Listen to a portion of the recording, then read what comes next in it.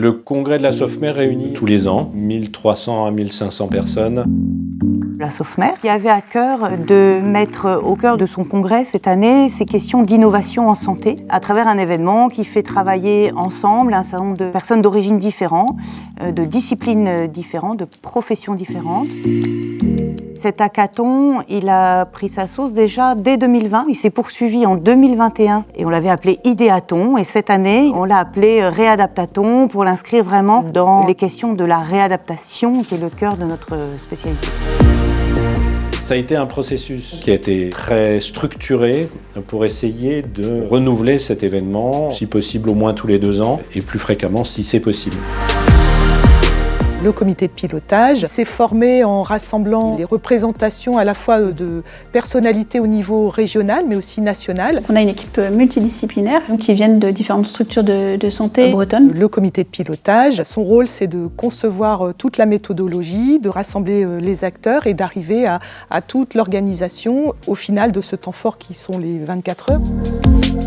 Notre première étape, ça a été de mettre en place un règlement. On mentionne le rôle de la SOFMER et le rôle des futurs participants. On a au fil de l'eau écrit par exemple un appel à participation, des formulaires d'inscription, on a établi un règlement en s'appuyant sur les compétences juridiques de la SOFMER, on a constitué un jury qui permettra d'évaluer justement les projets. Ces outils ont été développés spécifiquement pour cette édition 2022 et on l'espère pourront aider les futurs événements.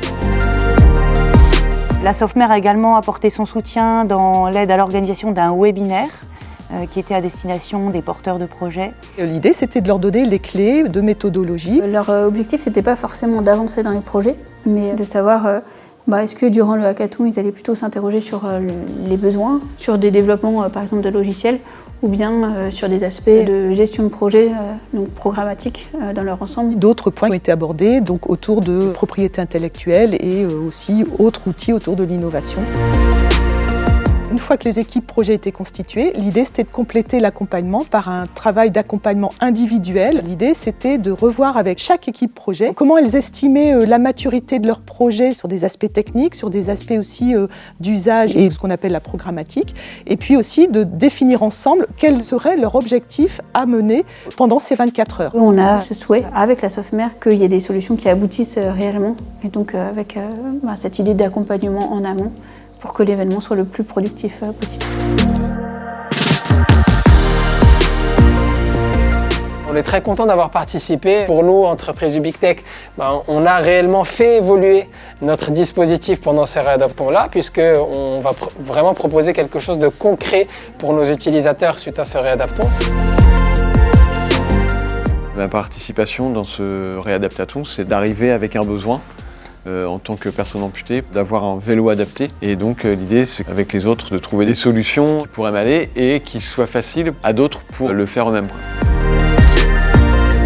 C'est un très bon exercice. Et en plus de ça, je pense que là, ils ont l'opportunité aussi d'avoir des expertises différentes, à la fois des cliniciens, à la fois des personnes qui comprennent un peu les stratégies d'entreprise et des personnes qui anticipent les stratégies financières. Donc je pense que pour eux, c'est un panel intéressant. J'ai un slogan, mais qui n'est pas de moi, qui est « Le handicap change le monde ». Il y a beaucoup d'innovations qui ont été créées dans le domaine du handicap et qui ensuite ont atteint le grand public. Prenons l'exemple de la télécommande, prenons l'exemple du SMS. Voilà. Donc c'est vraiment important de travailler dans ce domaine parce que ça a un impact sur l'ensemble de la population française, de la population mondiale, qu'on soit ou non en situation de handicap.